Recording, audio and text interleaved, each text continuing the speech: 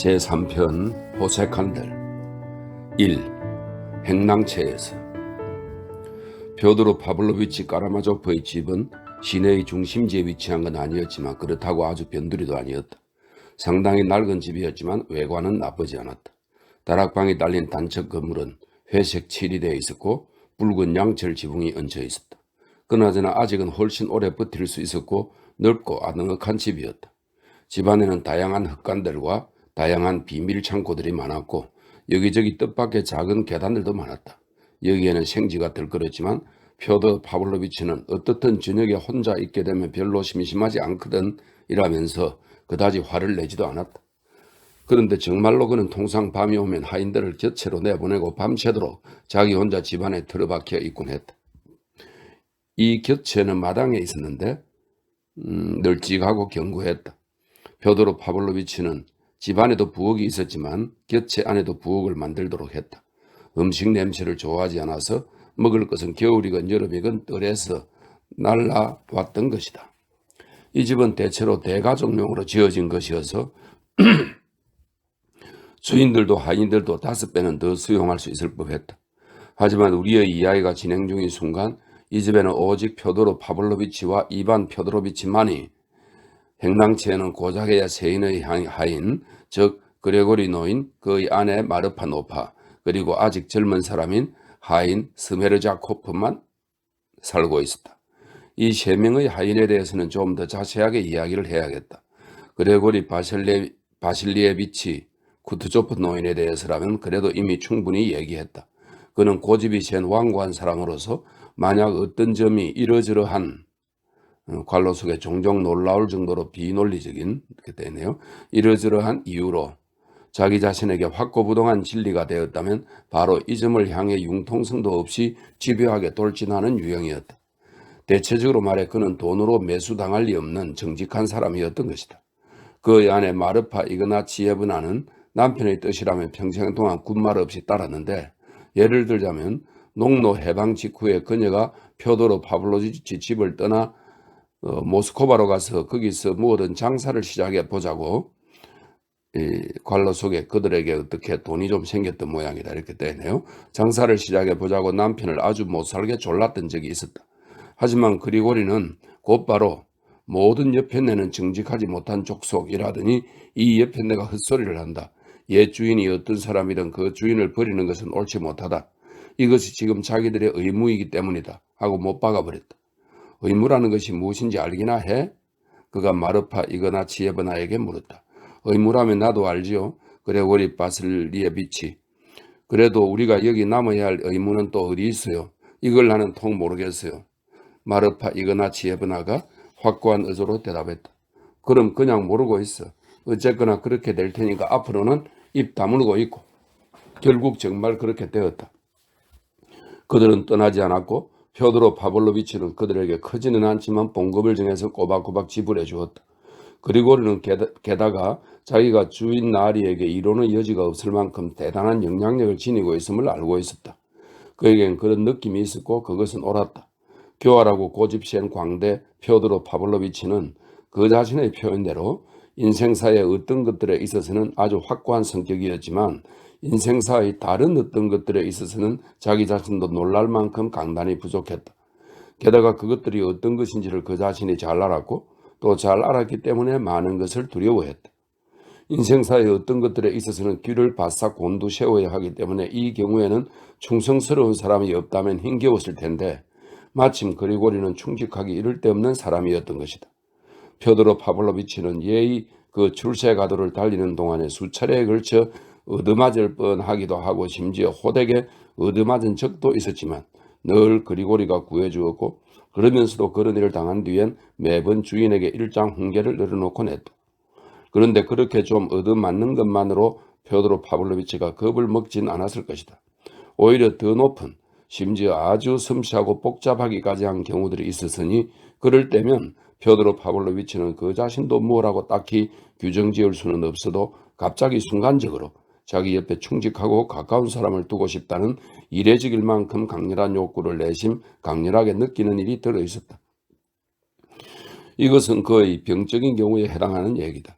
방탕하기 거지없고 음탕함에 있었으라면 종종 사악한 벌레처럼 잔혹하기도 한 펴도로 파블로비치도 술에 취한 순간이면 갑자기 정신적 공포와 도덕적 전율을 느끼는 때가 가끔씩 있었으니 이 전율은 그의 영혼 속에서 말하자면 거의 생리적인 울림을 내는 것이었다. 이럴 때면 내 영혼이 목구멍에서 파르르 뜨는 것 같아. 그는 이따금씩 이렇게 말하곤 했다. 바로 이런 순간이면 그는 비록 이 방안은 아니고 곁체이긴 하지만 어쨌든 자기 것 가까이에 충직하고 확고한 사람이 그와는 전혀 달리 방탕하지 않는 사람이 있다는 것이 좋았으니 이 사람은 비록 이 모든 방탕 행각을 보았고 모든 비밀을 알고 있음에도 한결같이 충성을 지키고 이 모든 것을 눈 감아줄 뿐 아니라 대들지도 않고 무엇보다도 이 세기는 물론이거니와 앞으로도 자기를 나무라지도 자기에게 무슨 협박을 가하지도 않을 것이었다. 오히려 필요할 경우에는 그를 보호해 주기도 할 텐데 과연 누구로부터 보호해 준단 말인가? 누구인지 알 수는 없지만 아무튼 끔찍하고 위험한 사람으로부터일 것이다. 문제는 바로 반드시 자기 이외의 다른 사람이 그것도 오래도록 친하게 지내온 사람이 있어야 된다는 것. 아픈 순간에는 그를 불러 그냥 얼굴이라도 한번 바라보고 심지어 전혀 상관없는 말을 주고받기 위해서라도 그래야 된다는 것이었는데 만약 그가 아무렇지도 않게 생각하여 화를 내지 않는다면 어쩐지 마음이 편해질 것이고 만약 화를 낸다면 그땐 좀 슬퍼질 것이다. 그런데 굉장히 드물긴 하지만 펴도로 파블로비치가 직접 심지어 밤중에 곁으로 와서 그레고리를 깨워 잠깐 자기 방으로 오라고 한 일도 있었다.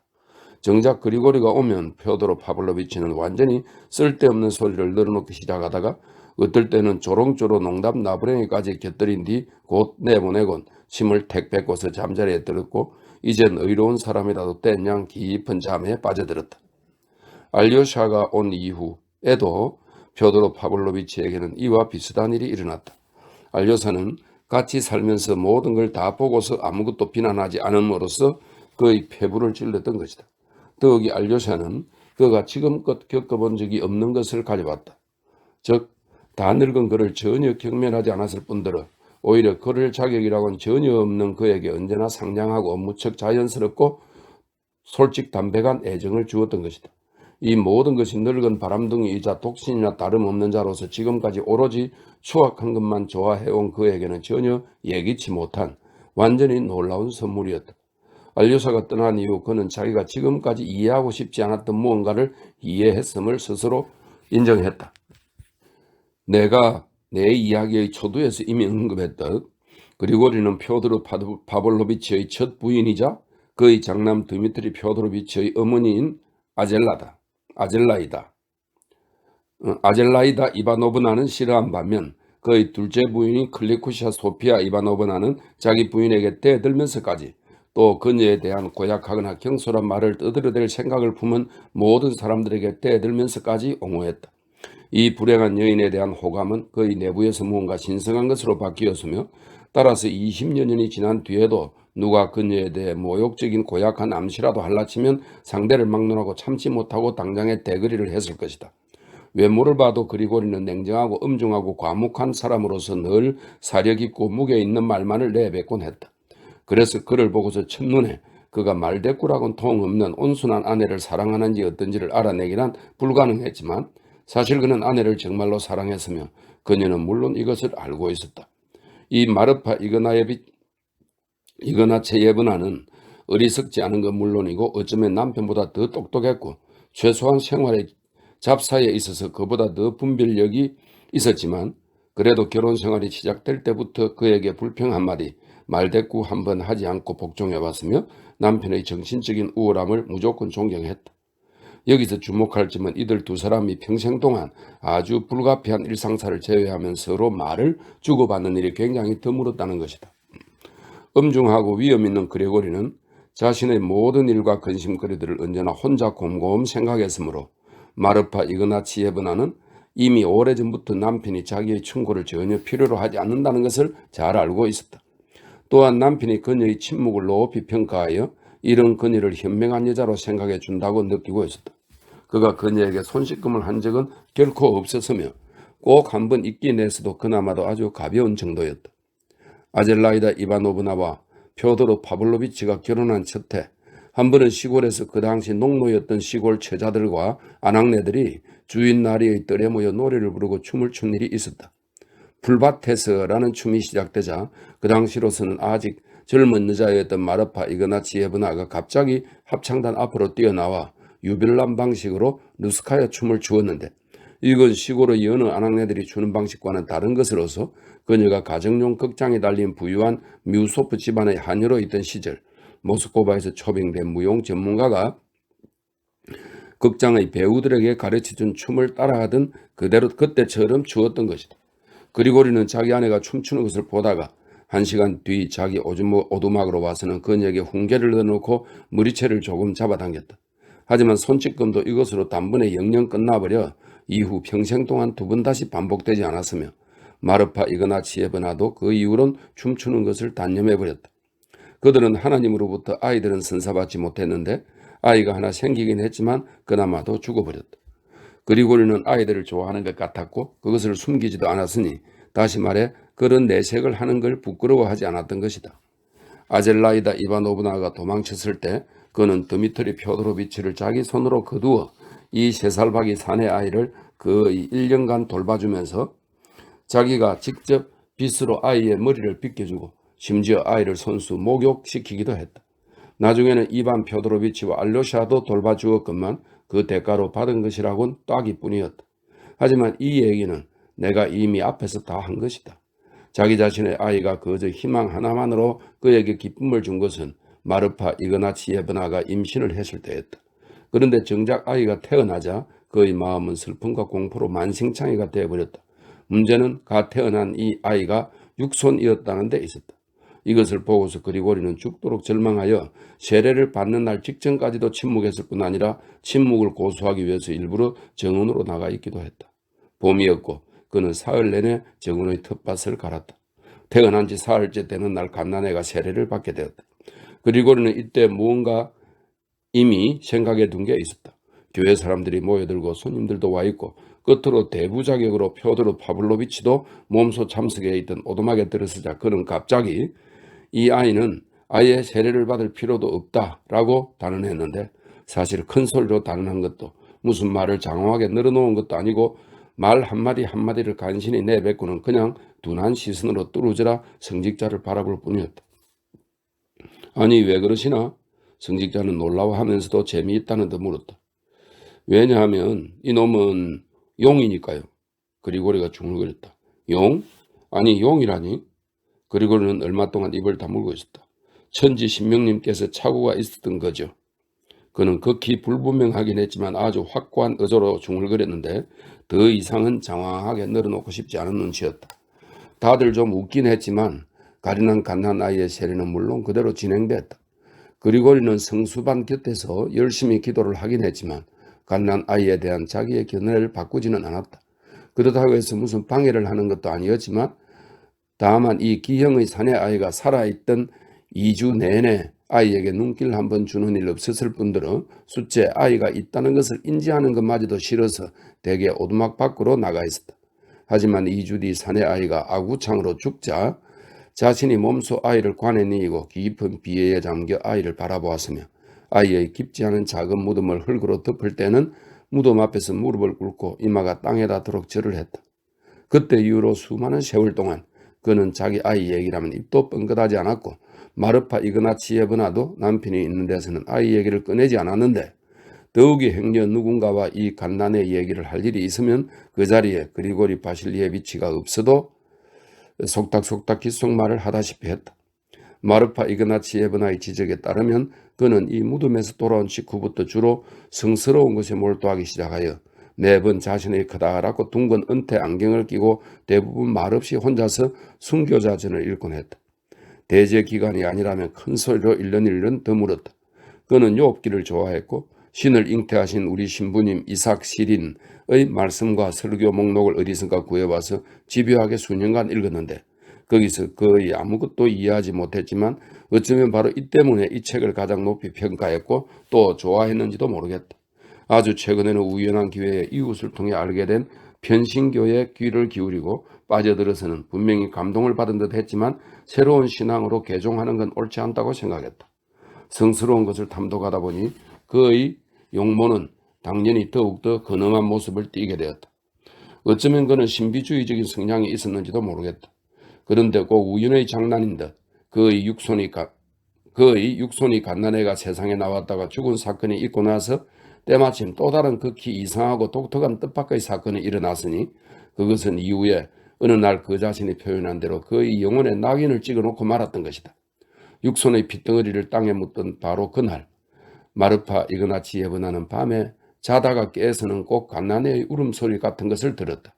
그녀는 깜짝 놀라 남편을 깨웠다. 남편은 귀를 기울인 뒤 이것은 필경 누군가의 신음소리이며 아무래도 여자인 것 같다라고 말했다. 그는 자리에서 일어나 옷을 입었다. 제법 따뜻한 5월의 밤이었다. 현관의 청계참으로 나와 귀를 기울여 보니 신음소리는 분명히 정원에서 들려오고 있었다. 하지만 밤동안에 정원의 문은 덜 안쪽에서 자물쇠로 잠가두었고 정원 주위로 튼튼하고 높은 담장이 세워져 있었기 때문에 그 입구가 아니라면 정원으로 들어올 수도 없었다. 집으로 돌아와 그리고리는 환등을 밝히고 정원 열쇠를 쥐인 뒤 줄곧 어린아이의 울음소리가 들린다. 이건 필경 내 아이가 울면서 나를 부르는 것이라고 주장하는 부인의 히스테릭한 공포에는 아랑곳하지 않고 말없이 정원으로 갔다. 그러고는 그는 신음소리가 정원의 쪽문에서 비교적 가까운 그들의 목욕탕에서 나오는 것이며 신음하는 것은 정말로 여자임을 알게 되었다. 목욕탕 문을 연 뒤 그는 넋이 나갈 만한 광경을 목격하고 말았다. 온 거리를 돌아다니기 때문에 도시 사람들이 전부 다 아는 리자베타 스메르자시아, 악취를 풍기는 리자베타라는 뜻이랍니다. 리자베타 스메르자시아라는 별명을 가진 이 도시의 유로지버이가 그들의 목욕탕으로 기어들어와 이제 막 아이를 낳은 것이었다. 갓난아이는 그녀 곁에 누워 있었고 또 그녀는 그 곁에서 죽어가고 있었다. 말이라고는 전혀 하질 않아서 그것은 오직 그녀가 숫째 말을 할 줄 모른다는 한 가지 이유 때문이었다. 하지만 이 모든 것에 대해서는 특별히 설명이 필요할 듯하다. 2. 리자베타 스메르자시아. 여기에는 한 가지 특수한 정황이 개입되어 있었는데 그것은 그리고리의 내부에 깃든 한 가지 불쾌하고도 혐오스러운 예전의 의심을 결정적으로 확인시켜 줌으로써 그에게 심한 충격을 안겨주었다. 이 리자베타 스메르자시아는 아주 키가 작은 그녀가 죽은 뒤 우리 도시의 경건한 노파들 대다수가 감동적인 어조로 회상하곤 한 대로 이 아르신, 1아르신이 71cm 정도 되니까 140쯤 되네요. 이 아르신 남짓한 처녀였다. 20살 난 그녀의 얼굴, 건강하고 넓적하고 발그스레한 얼굴은 완전히 백치 그 자체였다. 두 눈의 시선은 유순하긴 했지만 움직임이 없어 불쾌감을 주었다. 그녀는 평생 동안 여름에도 겨울에도 삼배옷 윗돌이 하나만 달랑 걸치고 맨발로 다녔다. 그의 검은색에 가까운 그녀의 머리칼은 숱도 굉장히 많고 숫양의 털마냥 곱슬곱슬했기 때문에 그녀의 머리 위에 꼭 무슨 거대한 모자라도 씌워놓은 것 같았다. 그것 말고도 머리칼은 언제나 흙과 진탕으로 더럽혀져 있고 거기에는 또 나무잎, 나무 부스러기, 대패밥이 마구 들러붙어 있었으니 이는 그녀가 언제나 땅바닥이나 진흙탕에서 잠을 자기 때문이었다. 그녀의 아버지인 일리아라는 소시민은 집도 절도 없이 쫄딱 망해버린 데다가 아파서 골골대고 있었는데 이미 수년 동안 역시나 우리 도시의 소시민이긴 해도 돈이 많은 주인들 집을 전전하면서 품팔이꽃 비슷하게 기식하고 있었다. 리자베타의 어머니는 오래전에 죽었다. 만년 환자나 다름없어 늘 악에 받쳐 있는 일리아는 리자베타가 집에 올 때면 그녀를 비인간적일 만큼 무자비하게 때렸다. 그래봤자 그녀는 하나님의 사람인 유로지버이처럼 온 도시를 돌면서 살았기 때문에 아예 집에 가는 일도 드물었다. 그런데 일리아의 주인들이나 일리아 자신은 물론이거니와 심지어 도시의 동정심 많은 사람들 대부분, 즉 주로 상인과 여자 상인 대다수도 수차례에 걸쳐 삼배 윗돌이 한 장만 걸치고 다니는 리자베타에게 좀 더 점잖은 옷을 입혀보려고 시도했고 겨울이 다가오면 언제나 털 외투도 입히고 발에는 장화도 신기곤 했다. 하지만 그녀는 통상 자기에게 옷을 입혀줄 때는 언제나 가만히 있었어도 자리를 뜬다 하면 주로 성당의 현관 같은 곳 아무데서 자신에게 희사한 모든 것을 셔올이든 치마든 털 외투든 장화든 죄다 벗어 그 자리에 남겨둔 채 이전과 마찬가지로 삼배 윗돌이 하나만 달랑 그치고 맨발로 떠나버리곤 했다.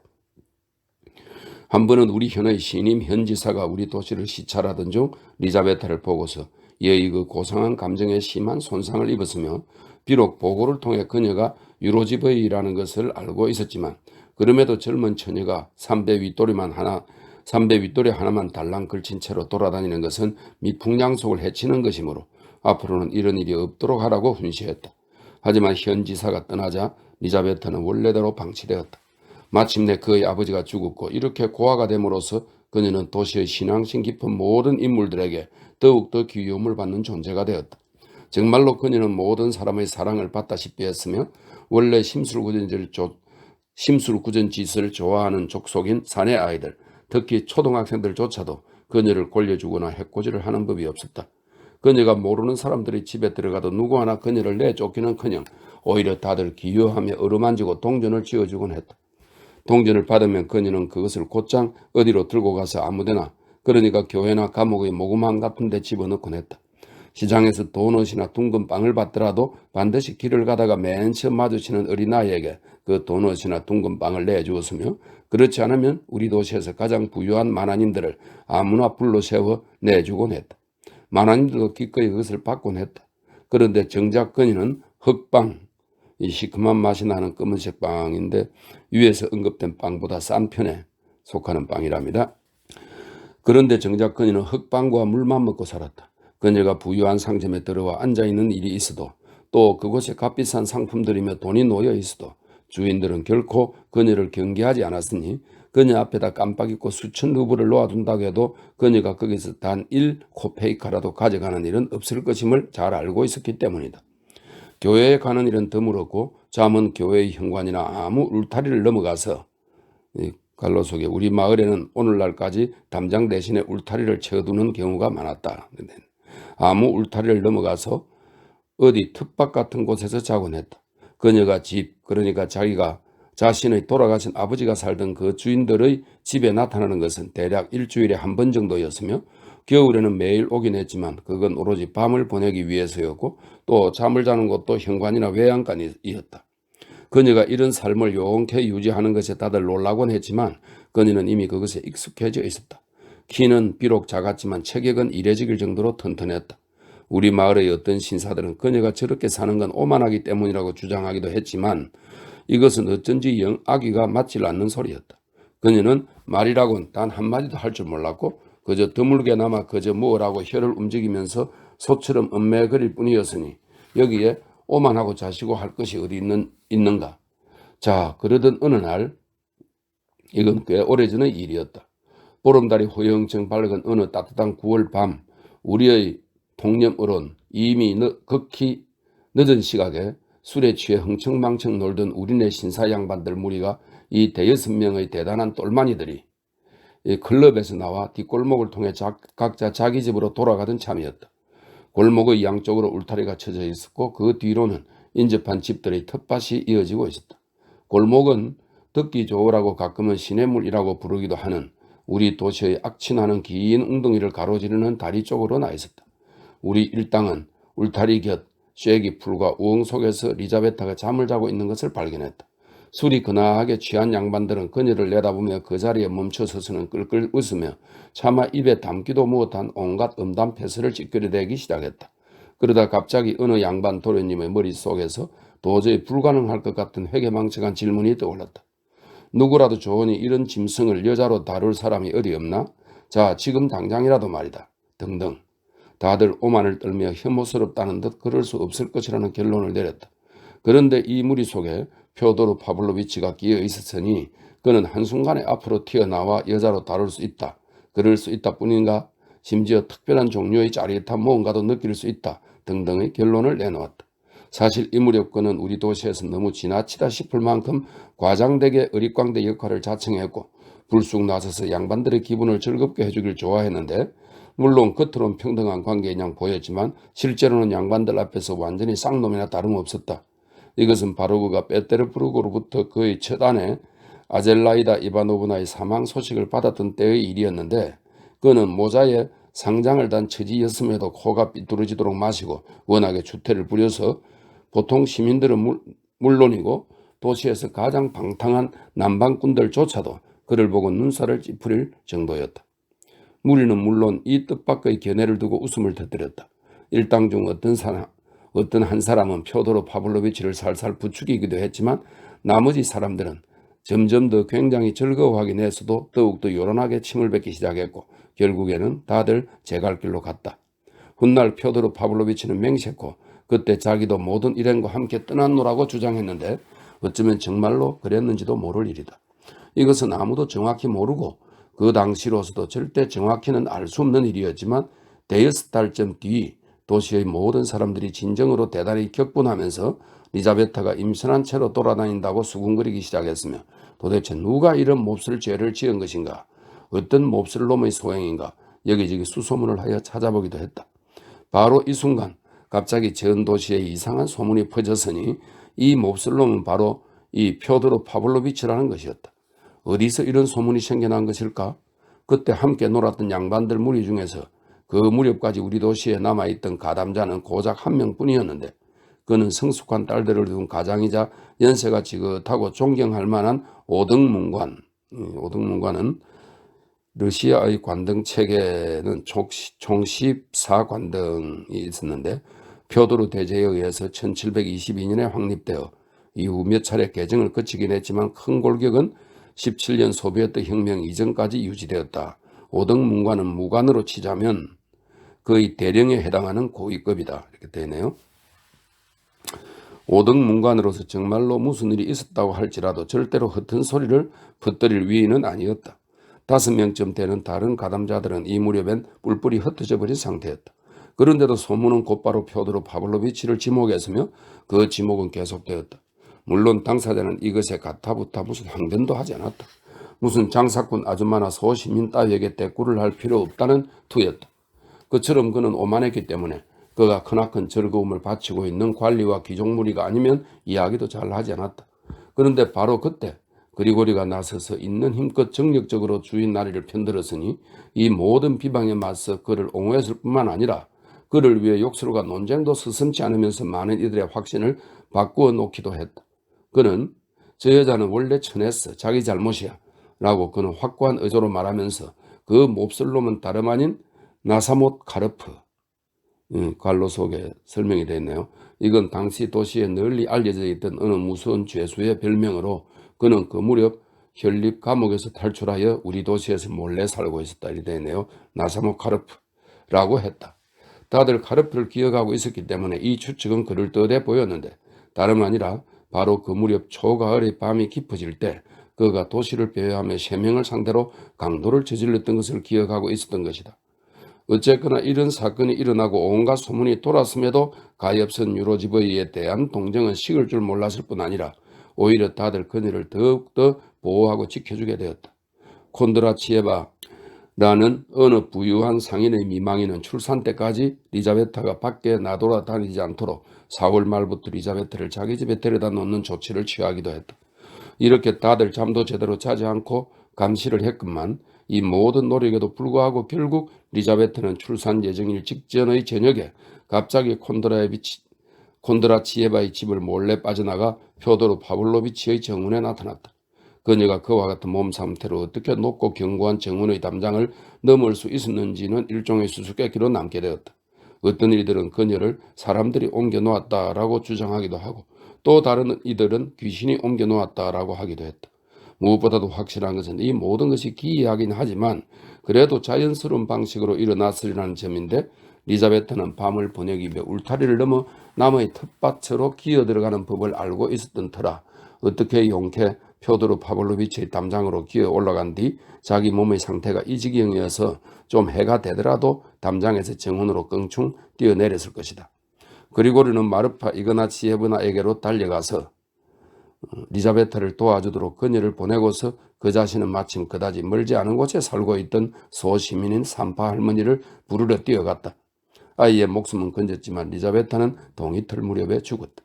그리고는 갓난애를 받아 집으로 데려온 뒤 아내를 앉혀놓고 아이를 그녀의 허벅지 위에 바로 그녀의 가슴 가까이에 올려놓았다. 고아는 하나님의 아들이라서 누구에게나 자식이 되는 법인데 마침 당신과 나한테 주어진 거야. 우리의 죽은 아들 녀석이 이 아이를 보냈어. 그렇게 얘는 악마의 아들과 의로운 여자 사이에서 태어난 거야. 잘 키워보도록 해. 앞으로는 울지도 말고. 그리하여 마르파 이그나치 예브나는 아이를 맡아 길렀다. 세례도 받고 파벨이라는 이름도 생겼지만 부칭에 관해서는 누가 뭐라고 한 것도 아닌데 다들 저절로 펴도로비치라고 부르게 되었다. 펴도로 파블로비치는 전혀 반대를 하지도 않았을 뿐더러 오히려 이 모든 것을 재미있어 했는데, 그러면서도 계속하여 자기는 이 모든 것과 전혀 상관이 없다고 있는 힘껏 발뺌을 했다. 그가 엎둥이를 굳은 것을 도시에서는 다들 좋아했다. 훗날 펴도로 파블로비치는 아이의 어머니 리자베타 슈메르자시아의 별명을 따서 그를 슈메르자코프라고 불렀다. 바로 이 슈메르자코프가 펴도로 파블로비치의 두 번째 하인이 되었으며, 우리 이야기가 시작될 무렵엔 그리고리 노인 마르파 노파와 함께 곁에 살고 있었던 것이다. 그는 요리 일을 맡고 있었다. 그에 대해서도 특별히 몇 마디를 꼭 해야겠지만, 이토록 평범한 하인을 갖고 내 독자의 주의를 오래 잡아두는 것이 나로서는 부끄럽기 때문에 스메르자코프에 관해서는 앞으로 이야기가 진행되는 동안에 어떻게든 자연스럽게 얘기할 기회가 생기길 바라면서 나의 이야기로 넘어가기로 한다. 3. 열렬한 마음의 고백, 시의 형식으로. 알료사는 아버지가 수도원을 떠나면서 마차에서 자기에게 큰 소리로 외쳤던 명령을 듣고서 몹시 의욕스러워하며 한동안 그 자리에 남아있었다. 그렇다고 해서 무슨 기둥처럼 넋을 놓고 서 있었다는 건 아닌데, 그에게 그런 일은 일어난 적도 없었다. 오히려 그는 무척 불안했음에도 불구하고 바로 수도원장의 부엌으로 가서 그의 아버지가 위에서 무슨 짓을 저질렀는지를 알아보았다. 그러고는 어쨌든 시내로 가는 길에 그를 괴롭혀온 문제가 어떻게든 풀리길 바라면서 어서 빨리 길을 나섰다. 여기서 미리 말해둘 것이 있다. 아버지의 외침과 베개와 욕까지 챙겨서 집으로 들어오라는 명령이 그는 조금도 두렵지 않았다. 그렇게 과시적인 외침을 곁들여 큰 소리로 집으로 들어오라고 명령한 것은 열광의 도가니에 빠진 나머지, 말하자면 심지어 어떤 미적 효과를 위해서였음을 그는 너무도 잘 알고 있었는데, 이건 얼마 전 어느 소도시의 한 소시민이 자기 자신의 영명축일 파티에서 술을 진탕 마신 나머지 손님들이 다 있는 자리에서 자기에게 보드카를 더 많이 주지 않는다고 화를 내면서 갑자기 자신의 식기를 깨고 자신과 부인의 옷을 찢고 자기 가구를 부수더니 마침내는 자기 집 유리창마저 깨부수기 시작한 것과 흡사했으니 이 모든 것이 다시금 미적 효과를 위해서였던 것이다. 지금 아버지에게 일어난 것도 전부 바로 이런 종류의 현상이었던 것이다. 물론 술을 진탕 마셨던 소시민은 바로 다음날 술에서 깨자 찻잔과 접시를 아까워했다. 알료사는 노인도 내일이면 필경 그를 다시 수도원으로 보낼 것임을, 심지어 오늘이라도 보낼 수 있음을 알고 있었다. 더욱이 이 세상의 그 누구도 절대로 그 자신을 모욕하고 싶어하지 않을 것이라는, 그런 걸 원하지도 않을 뿐만 아니라 그렇게 할 수도 없을 것이라는 확신이 있었다. 이것은 그에게 있어 논의의 여지도 없이 단번에 영원히 주어진 공리였으며, 이 점에 관한 한 그는 어떤 망설임도 없이 앞으로 나아갔다. 하지만 이 순간 그의 내부에서는 다소 다른, 아니 완전히 다른 종류의 병이, 뭐라고 딱히 규정 지을 수 없기에 더욱더 고통스러운 병이 꿈틀거리고 있었으니, 이것은 아까 호홀라코바 부인을 통해 그에게 쪽지까지 보내서 무슨 일이 있으니 자기에게 꼭 와달라고 그토록 집요하게 애원한 카체리나 이바노브나 이 여인으로 인한 병이었다. 이러한 요구, 그리고 반드시 가봐야 된다는 불가피성은 그 즉시 그의 마음속에 어떤 고통스러운 감정을 안겨주었으며, 그 뒤에 수도원에서, 지금은 수도원장의 암자에서 한판 소동과 엽기적 일들이 일어났음에도 불구하고 이런 감정은 그의 내부에서 아침 내내 가면 갈수록 더욱더 심하게 더욱더 고통스러운 병으로 자라났다. 그는 그녀가 자기에게 무슨 얘기를 꺼낼지, 또 자기가 그녀에게 어떤 대답을 해야 할지 모른다는 것이 무섭지는 않았다. 그리고 대체로 상대가 여자라서 무서운 것도 아니었다. 그는 물론 여자를 잘 몰랐지만 그래도 아주 어릴 때부터 수도원에 들어오기 직전까지 평생 동안 오직 여자들하고만 살아왔으니 말이다. 그가 무서워한 것은 바로 이 여자, 카체리나 이바노브나 자체였다. 그는 처음 본 바로 그때부터 그녀가 무서웠다. 그래봤자 그가 그녀를 본 건 겨우 한두 번, 많아야 3번 정도였고, 한 번은 우연히 그녀와 몇 마디 말을 주고받은 것이 고작이었다. 그녀의 형상은 그에게 아름답고 오만하고 강인한 아가씨로 각인되어 있었다. 하지만 그를 괴롭힌 것은 그녀의 아름다움이 아닌 무언가 다른 것이었다. 바로 이 공포를 설명할 수 없다는 사실 자체가 지금 그의 내부에서 이 공포를 더욱더 강화시키고 있었다. 이 아가씨의 목적은 지극히 고매한 것이었으며 이 점을 그는 잘 알고 있었다. 그녀는 이미 자기에게 잘못을 저지른 그의 형 드미트리를 구하기 위해 노력하고 있었으며 이것은 오직 관대한 마음에서 나온 노력이었다. 자, 그런데도 이 모든 아름답고 관대한 감정이 옳다는 것을 전적으로 인정하고 있음에도 불구하고 그녀의 집이 가까워질수록 점점 더 등골이 오싹해졌다. 그는 그녀와 많이 친한 사이인 작은 형 이반 표도로비치가 그녀의 집에 있으리라고는 생각하지 않았다. 이반 형은 지금은 분명 아버지와 함께 있을 것이다. 왠지 드미트리라면 거기 있을 가능성이 더더욱 희박하다는 예감이 들었다. 그렇다면 그들의 대화는 단둘이 있는 상황에서 이루어질 것이다. 이 숙명적인 대화를 나누기 전에 그는 드미트리 형을 꼭 한번 보았으면, 그에게 달려갔다 왔으면 싶었다.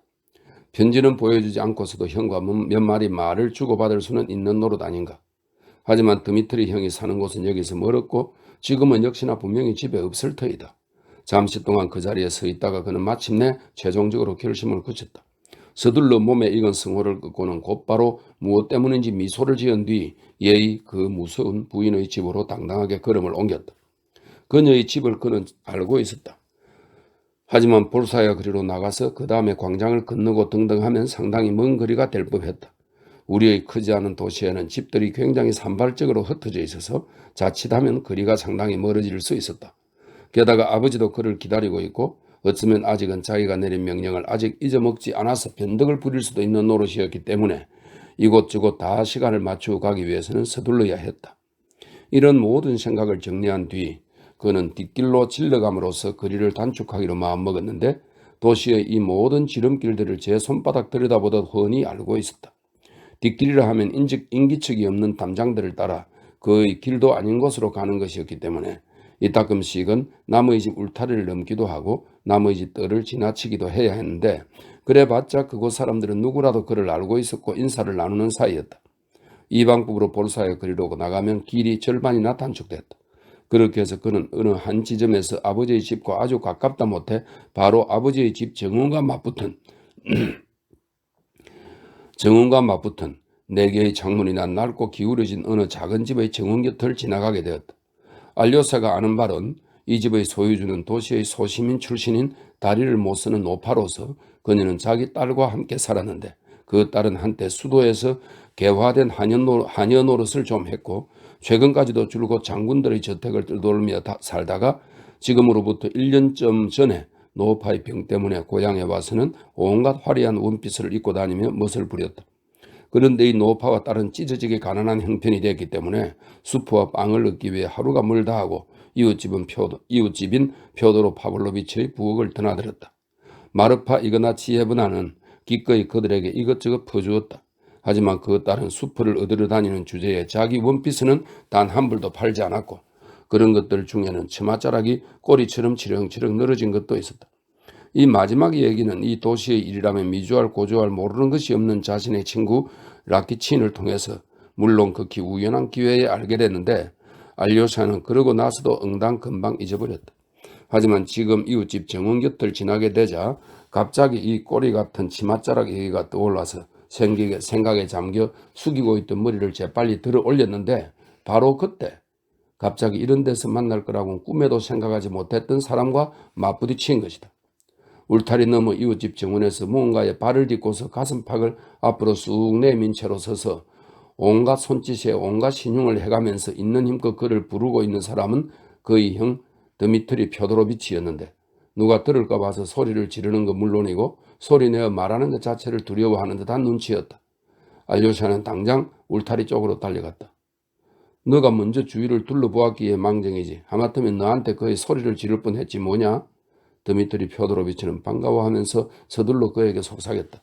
이리로 넘어와라 어서. 아, 내가 오다니 얼마나 멋진 일이냐? 막 너 생각을 했거든. 뒷버기는 알료사도 마찬가지였지만 그저 울타리를 어떻게 넘어가야 될지 몰라 망설이고 있었다. 하지만 미차가 용사처럼 튼튼한 손으로 그의 팔꿈치를 받쳐주면서 뛰어넘는 것을 도왔다.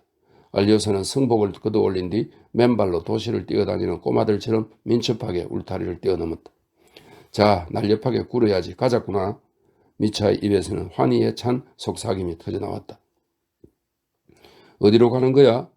사방을 둘러보고 자기가 그들 둘을 제외하면 아무도 없는 완전히 텅 빈 정원에 있다는 것을 알고 나서 안료사가 속삭였다.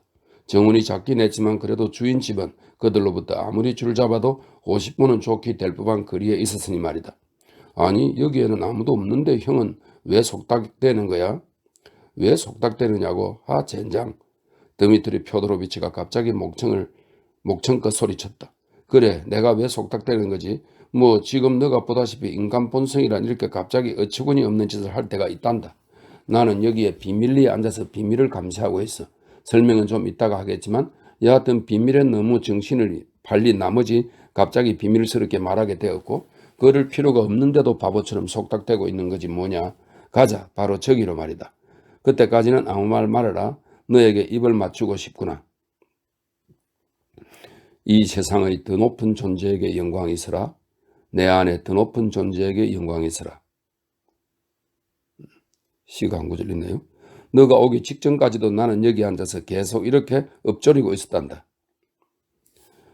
정원은 일제사치나는 그 2400평방사된 즉 1092헥타르에 해당된답니다. 1.092헥타르에 해당된답니다. 일제사치나 내지는 그보다 약간 컸지만 오직 4개의 담장을 따라 정원 가두리에만 사과나무, 단풍나무, 보리수나무, 자작나무 등이 심어져 있었다. 정원 한가운데는 텅 빈 풀밭이었는데 여름이면 여기서 몇 푸드는 16.38kg입니다. 몇 푸드의 근초를 거둬들이곤 했다. 봄이 되면 여주인은 몇 루블씩을 받고 정원을 임대하기도 했다. 딸기, 크리조브니크, 스무로지나는 모두 알이 작은 열매의 일종들이랍니다. 금방 읽었던 것들이. 스무로지나를 심은 일항도 역시나 전부 담장 근처에 만들어져 있었다. 집 건물 바로 곁에 있는 채소 일항은 최근에 만든 것이었다. 드미트리 표도로비치는 손님을 집 건물에서 가장 멀리 떨어진 정원의 모퉁이로 데려갔다.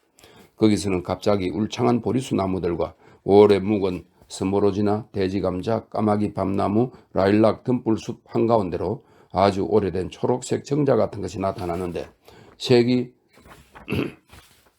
시큼해지고 형체가 기울고 벽은 앙상한 골조로만 있었지만 그래도 지붕이 달려 있어서 아직 비 정도는 피할 수 있었다. 정자가 언제 지어졌는지는 알 수 없지만 전설에 따르면 50년쯤 전 당시 이 집의 소유자였던 알렉산드로 카블로비치 폰 슈미트라는 퇴역 중령이 지었다고 한다. 하지만 이미 모든 것이 낡을 대로 낡아버려서 마룻바닥은 썩고 마루의 판자 쪽들도 전부 삐걱거리고 제목에서는 눅눅한 곰팡내가 났다. 정자 안에는 초록색 목조 식탁이 땅바닥에 고정되어 있었고 그 주위로는 아직은 사람이 앉을 수 있는 마찬가지로 초록색 의자들이 빙 놓여 있었다. 안료사는 형이 환희에 들떠 있다는 것을 당장 알아차리긴 했지만 정자 안으로 들어서 보니 탁자 위에 꼬냑 반병과 술잔도 놓여 있었다. 이건 꼬냑이야. 미차가 끌끌 웃기 시작했다. 아니, 왜 그리 쳐다보냐? 또 술타령인가 싶겠지. 환영을 믿지 말지어다. 공소하고 거짓된 군중을 믿지 말지어다. 그대 자신의 의욕들을 망각할지어다. 술타령을 하는 게 아니라 너의 친구인 그 돼지 새끼 라키친의 말대로 그저 음미하는 거란다. 그놈은 오등문관이 되어도 이런 말을 쓰겠더라. 앉아라 알로시카. 내 너를 붙잡고 너를 으스러질 때까지 이 가슴에 꽉 껴안고 싶구나. 왜냐하면 세상을 통틀어서 정말로 새겨들어 오직 너 하나만을 사랑하고 있기 때문이야. 이 마지막 문장을 말할 때 그는 거의 미친 게 아닌가 싶을 만큼 흥분해 있었다. 너 하나밖에, 아니 하나가 더 있군. 난 저 야비한 년한테 완전히 반해서 그 길로 쫄딱 망해버렸거든. 하지만 반한다는 것이 사랑한다는 것을 의미하진 않아. 즐거워하면서도 반할 수는 있으니까. 기억해두어. 지금 즐거울 동안에 말하마. 자, 여기 식탁 앞에 앉으렴. 나는 네 곁에 앉아서 너를 비스듬히 바라보며 모든 것을 이야기하마. 너는 계속 입을 다물고 있고 나는 계속 말을 할 거야. 드디어 때가 되었거든. 그나저나 말이다. 나는 정말로 조용히 말해야 한다고 판단했어. 왜냐하면 여기는 전혀 예상치 못한 귀들이 숨어 있을 수가 있거든. 죄다 설명할 거다. 앞으로 속편을 기대하시라 하는 말이 있잖니. 지금 왜 너를 붙들고 싶어 이렇게 안달이 났을까? 왜요 며칠 내내 그리고 지금 이렇게 너를 목 놓아 기다렸을까? 내가 여기에 닻을 내린 지 벌써 5째거든. 요 며칠 내도록 왜? 왜냐면 너 한 명한테만 모든 것을 얘기할 테니까. 왜냐면 그래야 하니까. 왜냐면 너가 필요하니까. 왜냐면 내일이면 구름 밑에서 뛰어내릴 테니까. 구름 밑으로 뛰어내릴 테니까. 왜냐하면 내일이면 삶이 끝나고서 또 시작될 테니까. 너는 산 꼭대기에서 구덩이로 추락하는 경험을 해본 적이 있니? 꿈에서라도 그런 적이 있냐고. 그러니까 말이지 나는 지금 꿈속에서 추락하는 게 아니야. 그래도 무섭지는 않다. 그러니 너도 무서워하지 말거라. 다시 말해서 나는 무섭지만 그래도 달콤하단다. 다시 말해서 달콤하다는 건 아니고 황홀하다고나 할까? 젠장 뭐든 죄다 마찬가지야. 강한 정신이든 약한 정신이든 아줌마 정신이든 뭐든 간에 말이다. 자연을 찬양하자. 보렴 햇빛은 저토록 찬연하고 하늘은 또 얼마나 청명하고 나무잎들은 모두 푸르니 이젠 완연한 여름이구나. 오후 3시가 지난 지금 이 한적함이란. 그런데 어딜 가든 참이냐? 아버지한테 가던 길인데 우선은 카체리나 이바노브나한테 들를 참이었어. 그 여자와 아버지라니. 와 일이 척척 들어맞는구나.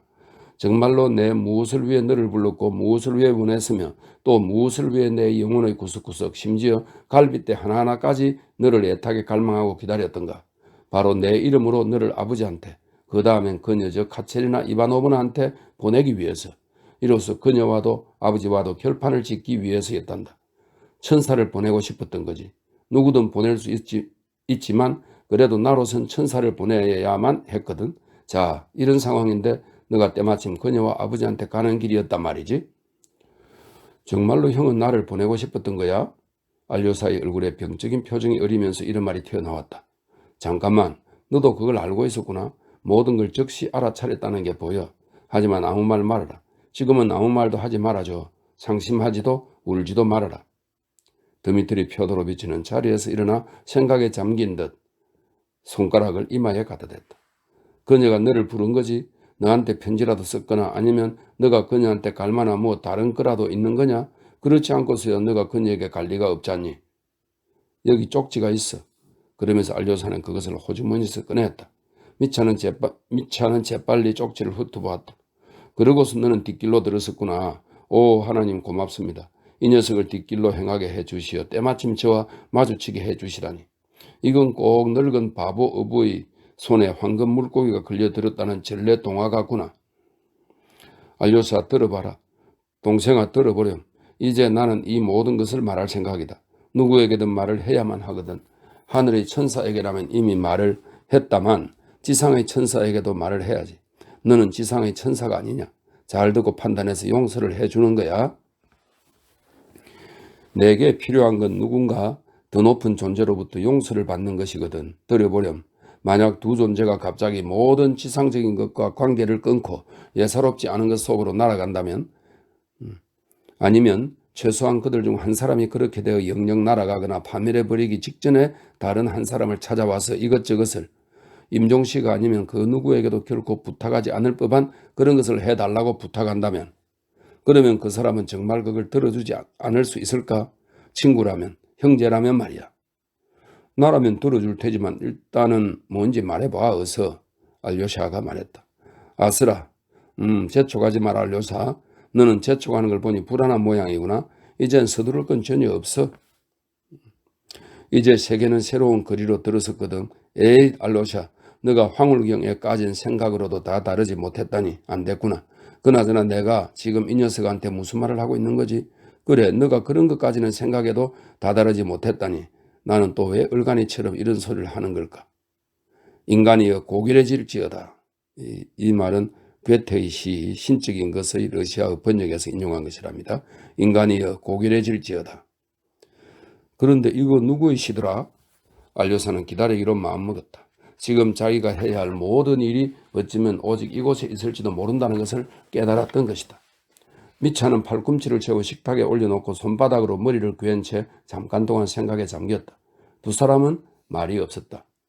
로샤는 알로샤의 애칭입니다. 하고 미차가 말했다. 너 하나만은 비웃지 않을 거야. 난 말이다. 나의 고백을 실러의 환희의 창가로 시작하고 싶어.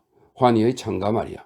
그런데 나는 도거를 모르지만 환희의 창가라는 것만은 알고 있지. 내가 술주정을 하는 거라고는 생각하지 말아줘. 전혀 취하지 않았거든. 꼬냑은 꼬냑이지만 술에 취하려면 난 두 병은 마셔야 되거든. 붉은 낯짝의 실레노스가, 이 실레노스는 그 그리스 신화 속 인물로 디오니소스를 키웠다고 전해지고 주로 술에 취한 노인의 모습으로 그려진답니다. 붉은 낯짝의 실레노스가 비틀비틀 넘어진 당나귀 위에 앉아있지만 이 몸은 반의 반병도 채 안 마셨구만. 실레누스는 아니로다. 실레누스가 아니라 실론이니, 실론은 강하다라고 하는 뜻이랍니다. 실론이니 이는 완전히 결의를 굳혔기 때문이노라. 얘야, 내가 실없는 말장난을 늘어놓아도 용서해 주렴. 넌 오늘 나의 말장난 말고도 많은 것을 용서해야 할 거야. 그래도 너무 걱정하지는 마. 헛소리는 그만하고 본론을 얘기할 테니. 그래, 이제 금방 본론으로 들어가자꾸나. 괜히 유대인처럼 굴진 않을 테니까. 잠깐만. 그러니까 그는 고개를 들고 생각에 잠기더니 갑자기 환희에 들떠 읊조리기 시작했다. 긴 시가 나오네요. 야생의 원시인이 벌거벗은 채 급에 질려 절벽의 동굴 속에 몸을 숨기고 있고 유목민은 들판을 따라 방랑하며 들판을 황폐하게 했네. 사냥꾼이 창과 화살을 들고 숲을 누비며 위협하네. 삭막한 바닷가를 때리는 파도에 버림받은 이들은 슬프기만 하리라. 올림피아 산 정상에서 어머니 케레스가 납치당한 페르세포네를 찾기 위해 내려오네. 어머니 케레스는 공물을 관장하는 로마의 여신이고요. 이 페르세포네는 이 여신의 딸이랍니다. 납치되어 하데스의 아내가 된다는데요. 올림피아 상정장에서 어머니 카레스가 납치당한 페르세포네를 찾기 위해 내려오네. 그녀 앞에 펼쳐진 세상은 낯설기만 할 뿐 여신을 반가이 맞아주는 곳도 몸둘 곳도 어디에도 없으라.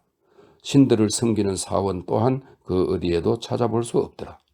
들판의 열매와 달콤한 포도송이도 향년의 식탁을 빛내지 않으니 피로 얼룩진 계단에서는 육신의 자네들만이 연기를 내뿜는구나. 케레스의 슬픈 눈이 그곳 어디를 향하든 그 어디에나 굴욕 속에 흠뻑 빠진 인간만이 보일 뿐. 이것은 실러의 시 엘레우시스 제전이라고 하는 시의 1절이랍니다. 갑자기 미차의 가슴에서 흐느낌 소리가 터져나왔다. 그는 알료사의 손을 움켜쥐었다. 버시어 굴욕 속에, 지금도 굴욕 속에 빠져있노라. 인간은 이 지상에서 너무도 많은 것을 참아야 해. 너무도 많은 불행을. 내가 고작 꼬냑이나 마시고 방탕을 일삼는 장교 딱지를 단 쌍놈에 불과하다고는 생각지 말아주렴 동생아. 나는 거의 오직 이것만을, 이 굴욕에 젖은 사람만을 생각한단다. 다만 내가 지금 거짓말을 하는 게 아니라면 말이다. 제발 지금 내가 거짓말이나 자화자찬을 하는 것이 아니었으면 좋겠어. 이 인간을 생각하는 건 나 자신이 그런 사람이기 때문이야. 또 시가 나오네요. 인간이 저열함으로부터 벗어나 영혼 깊숙이 일어설 수 있으려면 고대의 어머니 대지와 영혼이 결합할지어다. 하지만 바로 이게 문제야. 즉 어떻게 내가 대지와 영혼이 결합할 것인가. 나는 대지의 입을 맞추지도 않고 대지의 가슴을 열어젖히지도 않아. 아니 내가 농사꾼이나 양치기가 될 순 없지 않니? 이렇게 앞으로 걸어나가면서도 내가 악취나는 치욕 속에 빠진 것인지 아니면 빛과 기쁨 속에 빠진 것인지를 모르겠어. 바로 이게 불행이라니까. 세상의 모든 것이 수수께끼거든. 방탕한 치욕의 10년 속으로 깊이 빠져들 때면 하긴 나한테는 꼭 이런 일만 있었지. 나는 언제나 케레스와 인간을 노래한 이 시를 읽곤 했어. 그 덕택에 내가 개과천선했느냐? 절대 아니올시다. 왜냐하면 나는 까라마조프니까. 왜냐하면 어차피 10년 속으로 떨어진다면 차라리 머리를 아래로 쳐박고 발꿈치를 위로 쳐든 채 곤두박질 치는 편이 낫고 그야말로 이렇게 굴욕적인 자세로 추락하는 것이 만족스럽고 또 나 같은 놈한테는 이것이 아름다운 일이라고 생각하기 때문이지. 그러니까 바로 이런 치욕 속에서 허덕이며 나는 갑자기 찬송가를 부르기 시작하는 거야.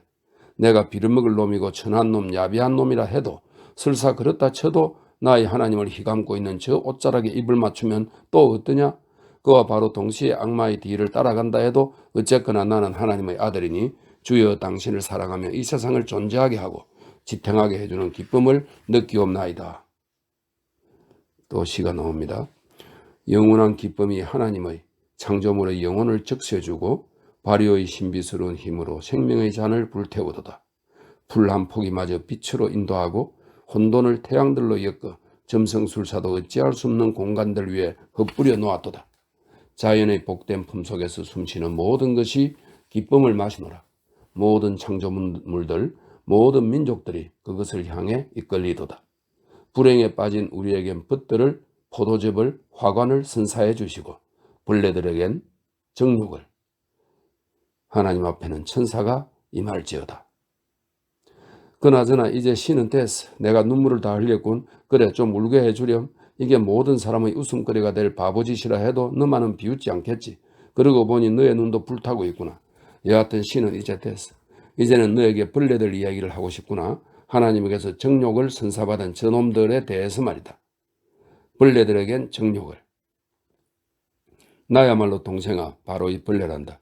이건 특별히 나를 두고서 나온 말이야. 그리고 우리 까라마조프는 전부 이런 놈들이지. 선사인 너희 안에도 이 벌레가 살고 있어서 너희 피 속에서 폭풍우를 낳는 거야. 이건 폭풍우야. 정욕은 폭풍우거든. 아니 폭풍우 이상이지. 아름다움이란 말이다. 섬뜩하고도 끔찍한 것이야. 섬뜩하다 하면 무엇라고 정의 내릴 수 없기 때문에 무엇라고 딱히 정의 내릴 수 없다 하면 하나님이 오로지 수수께끼만을 내놨기 때문이지. 여기서 양극단들이 서로 만나고 여기서 모든 모순들이 함께 살고 있는 거야. 나는 동생아, 교양이라고는 통없는 놈이지만 이 점은 많이 생각했어. 비밀이 정말 너무도 많아. 너무도 많은 수수께끼들이 지상의 사람을 짓누르고 있어. 너의 깜냥대로 수수께끼를 풀어보려니 몸에 물을 적시지 않은 채로 물에 들어갔다 나와 보라는 것과 똑같아. 아름다움이란 정말 덧붙여 내가 참을 수 없는 건 어떤 사람이, 그것도 고귀한 마음과 더 높은 이성을 가진 사람이 마돈나의 이상에서 시작하여 소돔의 이상으로 끝을 맺는다는 거야. 더 끔찍한 것은 영혼 속에 이미 소돔의 이상을 품은 상태에서도 마돈나의 이상을 또한 부정하지 못하여 그 때문에 죄악을 모르던 젊은 시절처럼 자신의 가슴을 진실로 불태운다는 거지. 아니야, 인간이란 넓어. 너무도 넓어. 나는 차라리 축소시켰으면 싶어. 젠장, 도대체 뭐가 뭔지 알게 뭐란? 정말 이성에겐 치욕으로 여겨지는 것이 마음에겐 완전히 아름다움이니 말이다. 소돔에도 아름다움이 있을까? 믿을 수 있겠니? 아주 많은 사람들에게 있어 아름다움이란 바로 소돔에 도사리고 있다는 것을. 이 비밀을 너는 알고 있었니? 정말 무서운 건 말이지. 아름다움이란 비단 섬뜩한 것일 뿐만 아니라 신비스러운 것이기도 하다는 사실이야. 그러니까 악마와 신이 싸우는데 그 전쟁터가 바로 사람들의 마음속인 거지.